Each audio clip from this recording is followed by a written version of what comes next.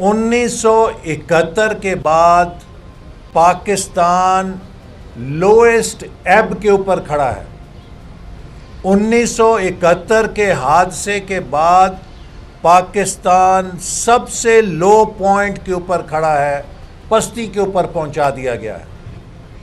معیشت برباد ہو گئی ہے، معاشرت آپ نے سیالکوٹ میں دیکھ لی ہے، سیاست انتشار میں جھونک دی گئی ہے، اور سفارت یہاں پر ہے کہ ہندوستان کشمیر اچک کر لے گیا ہے، اور ہم خاموش تماشائی بن کے جو ہم نے سرینا اسلام آباد میں ٹائمر لگایا تھا جو گھنٹے اور دن گنتا تھا، وہ بھی خراب ہو چکی ہے مشین۔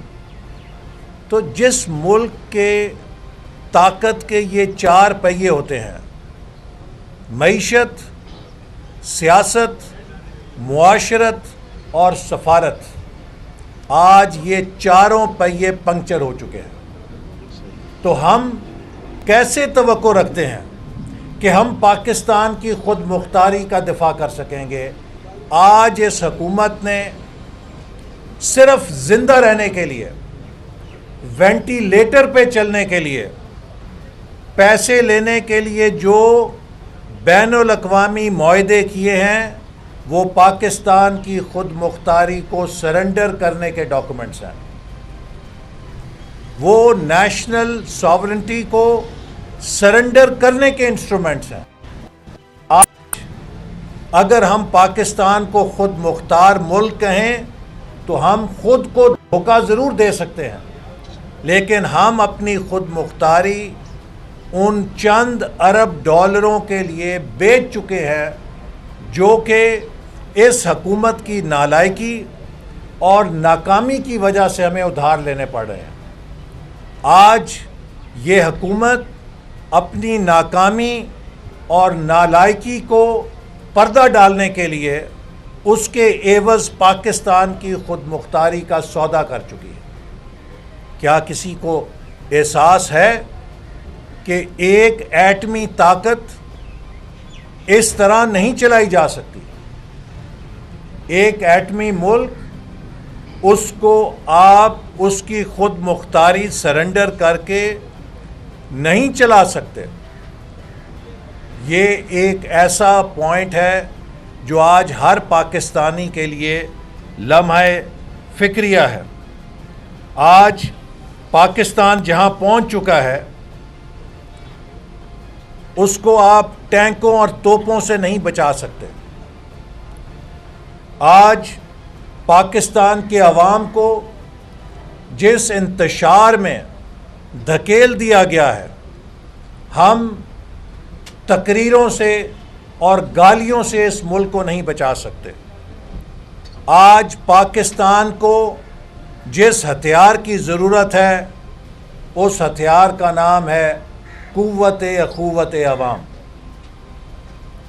یہ وہ ہتھیار ہے جو پاکستان کو دوبارہ کھڑا کر سکتا ہے، اور مسلم لیگ نون اسی ہتھیار کے ذریعے پاکستان کی تعمیر نو کرنا چاہتی ہے۔ ہم نے 2013 اور 18 میں پیپلز پارٹی کی سندھ کی حکومت اور کے پی میں پی ٹی آئی کی حکومت اور پنجاب میں مسلم لیگ نون کی حکومت میں کبھی فرق نہیں کیا تھا، چونکہ ہم قوت اخوت عوام پر یقین رکھتے تھے۔ ہم نے نیشنل ایکشن پلان کے اندر سب کو اکٹھا کیا، انہیں بھی اکٹھا کیا جو کنٹینر کے اوپر کھڑے ہو کر ہمیں گالیاں نکالتے تھے۔ ہم نے سی پیک کے اندر سب کو اپنے ساتھ بیجنگ میں لے جا کے کھڑا کیا، اور پاکستان کا مقدمہ سی پیک میں سب کے ساتھ مل کر پیش کیا، چونکہ ہم قوت اخوت عوام پر یقین رکھتے تھے۔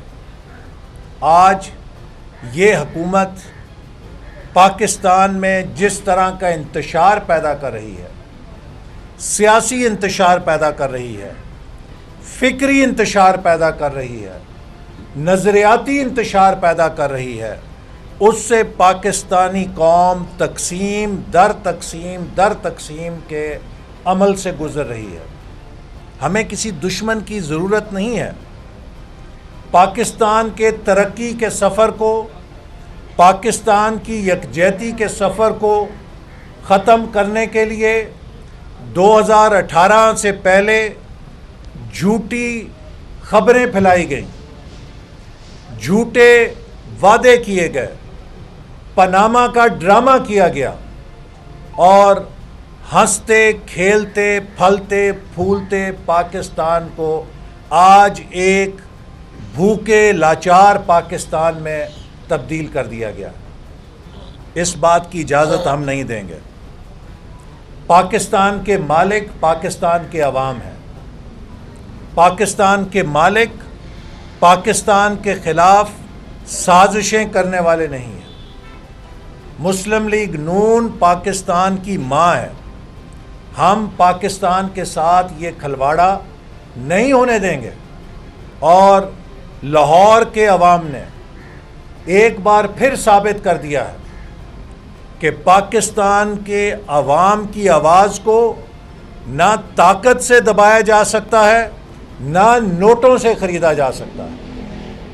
3.25 سال جتنی مسلم لیگ نون کی کردار کشی کی گئی ہے، جتنی نواز شریف صاحب کی کردار کشی کی گئی ہے، جتنی مسلم لیگ نون کے خلاف زہر گھولا گیا ہے، پاکستان کے عوام نے اسے ردی کی ٹوکری میں پھینک دیا ہے. کیونکہ لوگ سمجھتے ہیں کہ یہ سب جھوٹی الف لیلا کی کہانیاں ہیں. جھوٹی الف لیلا کی کہانیوں پر جھوٹے مقدمے بنائے گئے، اور ان مقدموں کے ذریعے ہمیں جیلوں میں ڈالا گیا.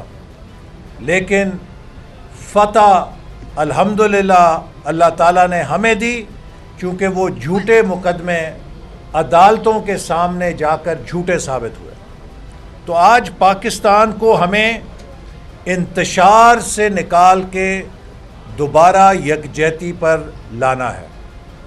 ہمیں پاکستان کو گالیوں کی سیاست سے احترام کی سیاست پر دوبارہ لے کر آنا ہے. ملک کو سنجیدہ اصلاحات کی ضرورت ہے. پاکستان کو جہاں پہنچا دیا گیا ہے، اسے سیریس ریفارمز کی ضرورت ہے. اگر ہم نے گالی گلوچ کی سیاست جاری رکھی تو پھر پاکستان کو ایک امنی انقلاب سے کوئی نہیں روک سکتا. یہ بھوکے ننگے عوام، یہ بپھرے ہوئے نوجوان فیکٹریوں کو لوٹیں گے، بڑے بڑے محلات کو لوٹیں گے، اور اس ملک کے اندر ایسی انارکی پیدا ہوگی جس کا ہم اندازہ نہیں کر سکتے. چونکہ دنیا میں ہم نے سب سے زیادہ اوور سپیڈنگ کر کے اپنی آبادی میں اضافہ کیا ہے. جس اوور سپیڈنگ سے آبادی میں اضافہ کیا ہے، اسی حساب سے ہم نے معیشت کو ترقی نہیں دی، بلکہ ہم معیشت کو انڈر سپیڈنگ پہ لے آئے ہیں.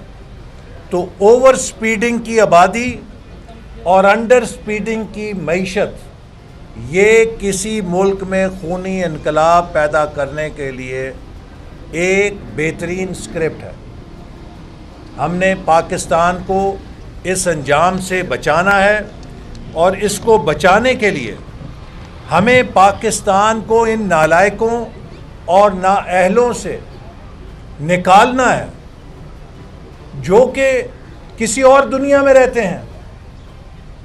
پاکستان کو آرٹیفیشل انٹیلیجنس کی ضرورت ہے.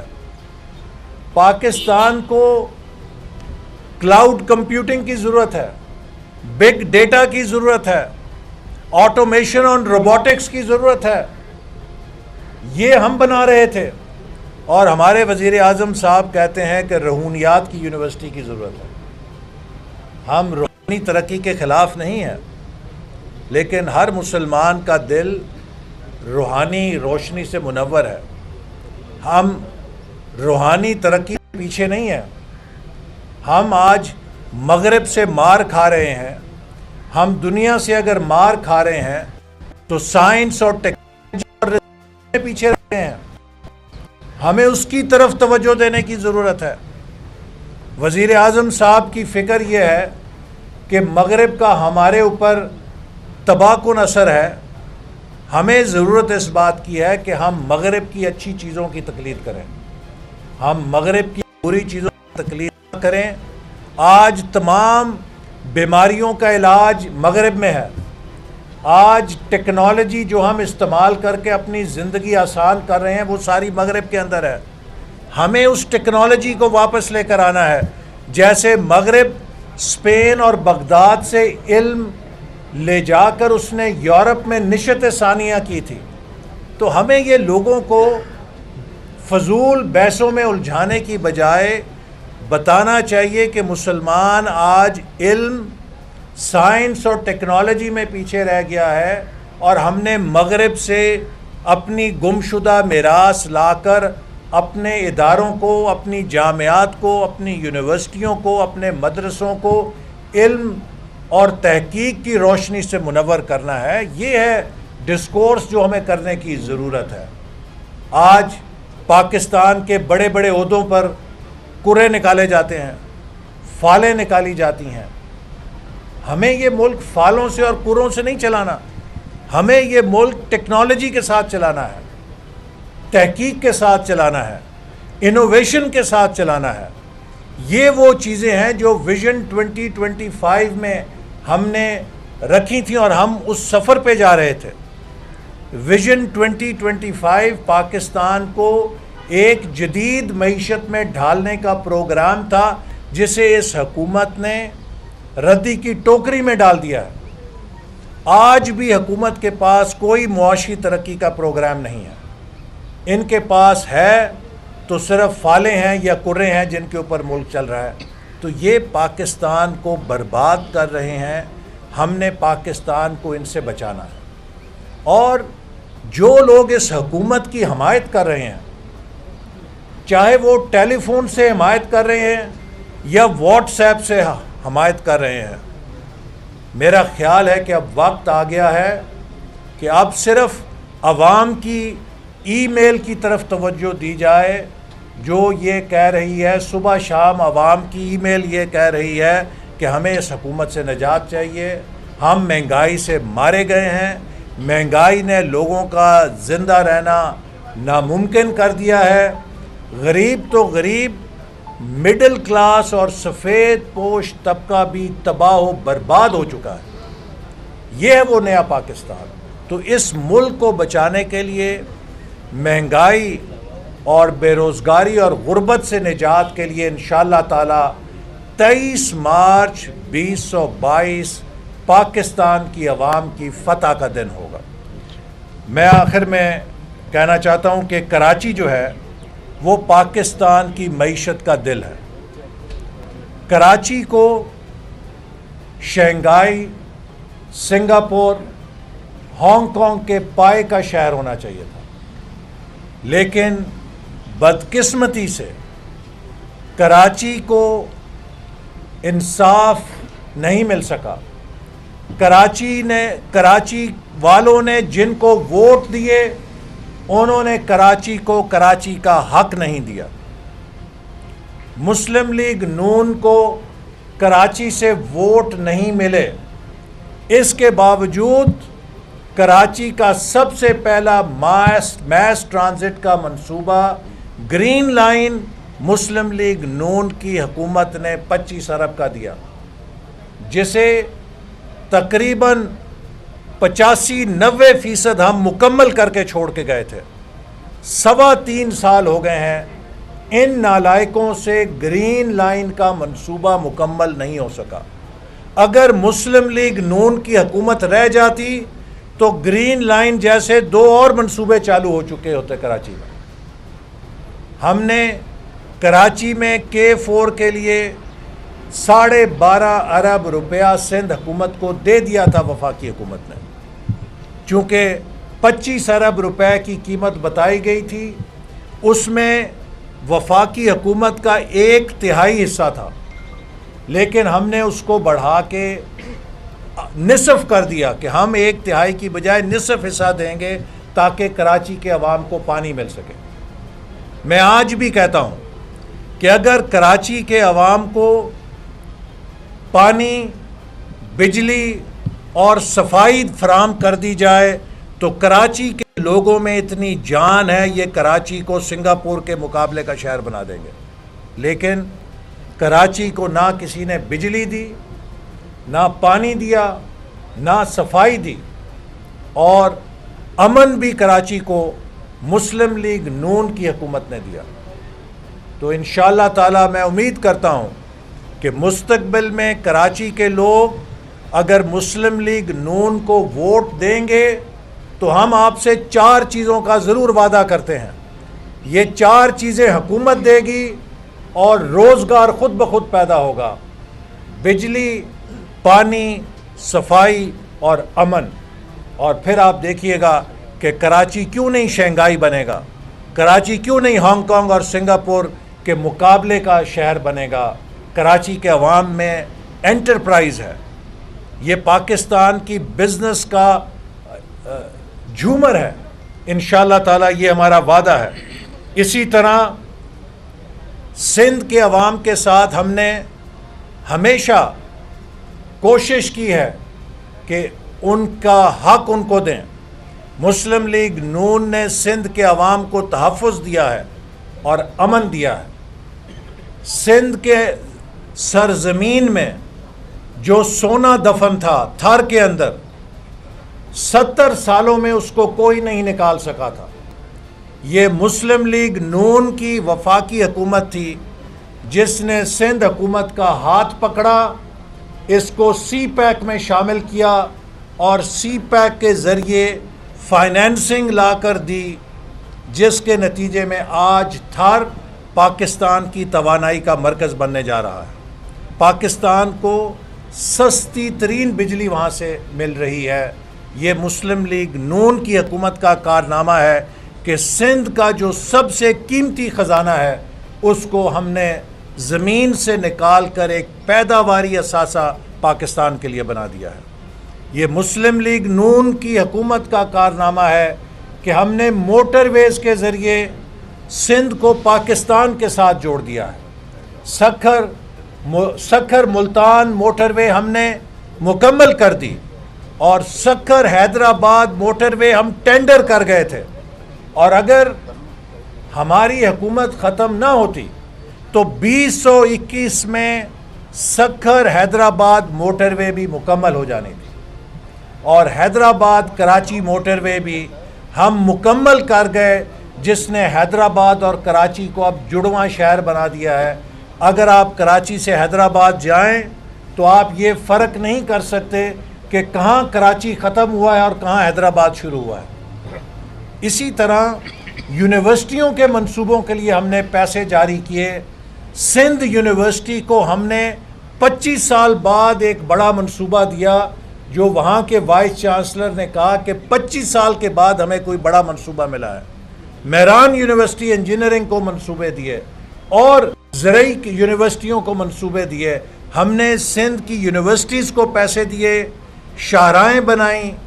تھر کول کا منصوبہ، میگا منصوبہ سندھ کا ہم نے کامیاب کیا، اور کراچی کے اندر بڑے منصوبے دیے۔ اس کے باوجود کہ سندھ اور کراچی سے ہمیں کبھی ووٹ نہیں ملا، لیکن مجھے یقین ہے کہ سندھ کے عوام بھی وہی ترقی دیکھنا چاہتے ہیں جو مسلم لیگ نون نے پنجاب میں کر کے دکھائی ہے۔ تو میں امید رکھتا ہوں کہ اگلے الیکشن میں سندھ کے عوام کا انتخاب مسلم لیگ نون ہوگا، اور اس مقصد کے لیے ہم سندھ کی ہر وارڈ کے اندر انشاءاللہ تعالی مسلم لیگ نون کو منظم کریں گے۔ جی ایسا نہیں کرتا یہ بتائیں یہ کہا جا رہا ہے اپوزیشن کی، کہا جا رہا ہے کہ اپوزیشن میں کم نہیں ہے۔ ایک کریں نا، آپ پہلے بتائیں۔ جملہ استعمال کیا کراچی اور سندھ، معافی کے ساتھ عرض اس سے ہمارے سندھ کے لوگ ہیں ان کو تکلیف پہنچ نہیں، دیکھیں ہم جب لاہور اور پنجاب کا لفظ استعمال کرتے ہیں تو اس کا یہ مطلب نہیں ہے کہ پنجاب اور لاہور جدا ہوتے ہیں، اور دوسرا آپ کی اور ہم اسی طرح کوئٹہ اور بلوچستان کا لفظ استعمال کرتے ہیں، پشاور اور خیبر پختونخوا کا لفظ استعمال کرتے ہیں، تو اسی طرح کراچی اور سندھ کا لفظ بھی استعمال کرتا ہے. میں سمجھتا ہوں کہ یہاں اس بات کو مناسب نہیں سمجھا. میرا سوال ہے پہلے تو آپ کو یادگیری کرا دوں کہ سندھ کے لوگوں نے آپ کو ووٹ دیا تھا. یاقوت علی خان جدوئی آپ کا سندھ وہ کولیشن گورنمنٹ تھی, ہمیں اکثریت نہیں تھی. کولیشن گورنمنٹ نہیں کبھی اکثریت نہیں ملی ہمیں. ایک سیکنڈ. آپ نے کہا کہ ایک عوام ہی ہے جس کی طاقت سے آپ دوبارہ اس ملک کو بحال کر سکتے ہیں. عوام تو جمہوری حکومتوں کو ووٹ دیتے ہیں, لیکن جو عوام کا ووٹ چوری کرتے ہیں, جیسے آپ کا ووٹ چوری کیا گیا اور آپ ووٹ کو عزت دینے کی بات اس لیے کر رہے ہیں کہ آپ کا مینڈیٹ چوری ہو گیا. عوام نے تو شاید آپ کو ووٹ دیا ہوگا. دوسری بات یہ کہ ابھی ضمنی انتخابات کو کہنا نہیں چاہیے. ٹی وی پہ بہت آ رہا ہے سوشل میڈیا پہ کہ طلال چودھری طلال جو ہے انہوں نے وہ لفظ استعمال کیا جو میں نہیں کہنا چاہتا. دیکھیے میں جو طلال چودھری نے زبان استعمال کی ہے وہ مسلم لیگ نون کی زبان نہیں ہے. میں اس پہ معذرت کرتا ہوں اگر کسی کی دل آزاری ہوئی ہے. ہمیں ہمارے قائد نواز شریف صاحب نے شرافت کی سیاست اور شرافت کی زبان سکھائی ہے. وہ ان کی انفرادی بات ہو سکتی ہے لیکن وہ مسلم لیگ نون کا طرز بیان نہیں ہے, اور میں امید کرتا ہوں کہ انہیں بھی اس پہ معذرت کر لینی چاہیے. اچھا احسن اقبال صاحب, یقیناً آپ کی کامیابی ہوئی ہے لاہور میں, لیکن ساتھ ساتھ کل سابق صدر نے الزام بھی لگا دیا کہ آپ لوگوں نے حلقے چھوٹے کیے, اپنی مرضی سے حلقہ بندیاں کی. نون لیگ پہ الزام لگایا آصف علی زرداری نے کہ من پسند حلقے بنائے, چھوٹے چھوٹے کر دیے تاکہ نون لیگ کو جتوانے میں مدد ہو. تو پیپلز پارٹی کی جو اس وقت انٹری ہوئی ہے اس کو آپ کس نظر سے دیکھتے ہیں؟ دوسرا اسی کے ساتھ سر, آپ لوگوں کو خاص طور پہ اپوزیشن جماعتوں کو اس وقت بھی لوگ مسیحا نہیں سمجھ رہے. اس حکومت کو 100 مرتبہ برا ماننے کے باوجود لوگ آپ لوگوں کی طرف دھیان نہیں دے رہے. تو اس پہ آپ کیا کہیں گے؟ یہ سیاسی قوتوں کی مایوسی ہے یا کچھ اور ہے؟ دیکھیے آپ کے سوال کے اندر ہی آپ کا جواب ہے. اگر ضمنی الیکشن کے اندر لوگ ہمیں کامیاب کر رہے ہیں اس کے باوجود کہ حکومت نے ہمارے خلاف وہاں پہ خزانوں کی تجوریاں کھولی ہیں, وہاں پر بدترین انتظامی ہتھ کنڈے استعمال کیے جاتے ہیں, تو اس سے بڑھ کر عوام کا ہم پہ کیا مینڈیٹ اور اعتماد ہوگا کہ لوگ آج اگر ہمیں دوبارہ کامیاب کر رہے ہیں 3.25 سال کی بدترین انتقامی اور کردار کشی کی مہم کے باوجود, تو اس کا مطلب یہی ہے کہ لوگ ہمارے دور کی ترقی یاد کر رہے ہیں. دوسری بات جو حلقہ بندیوں کی ہے, آپ کو معلوم ہے کہ گزشتہ الیکشن میں الیکشن کمیشن کو ہمارے خلاف استعمال کیا گیا اور الیکشن کمیشن کے ذریعے حکومت پر 2 مہینے پہلے پابندی لگا دی گئی کہ کسی قسم کا کوئی ڈیولپمنٹ فنڈ ریلیز نہیں ہو سکتا. اسی طرح جو حلقہ بندیاں کی گئیں اس کا بنیادی مقصد یہ تھا کہ مسلم لیگ نون کو پری پول ریگنگ سے کیسے ہرایا جائے. تو جتنے حلقے پچھلے الیکشن میں بنائے گئے وہ تو مسلم لیگ نون کو ہرانے کی غرض سے بنائے گئے. اس کے باوجود مسلم لیگ نون وہاں پہ جیت رہی ہے. اور سابق صدر سے صرف میرا یہ ہے عرض کہ ہم کسی قسم کی ایسی بیان بازی میں نہیں الجھنا چاہتے جس سے کہ اپوزیشن کے ایک وسیع اتحاد میں کسی قسم کی کوئی بدگمانی پیدا ہو. چونکہ ہمارا ہدف پیپلز پارٹی نہیں ہے, ہمارا ہدف عمران خان اور یہ دھاندلی کا نظام ہے. اور ہم سمجھتے ہیں کہ اگر کوئی اپوزیشن جماعتوں میں بیان بازی کرتا ہے تو وہ بالواسطہ طور پہ حکومت کے مقاصد کو پورا کرتا ہے.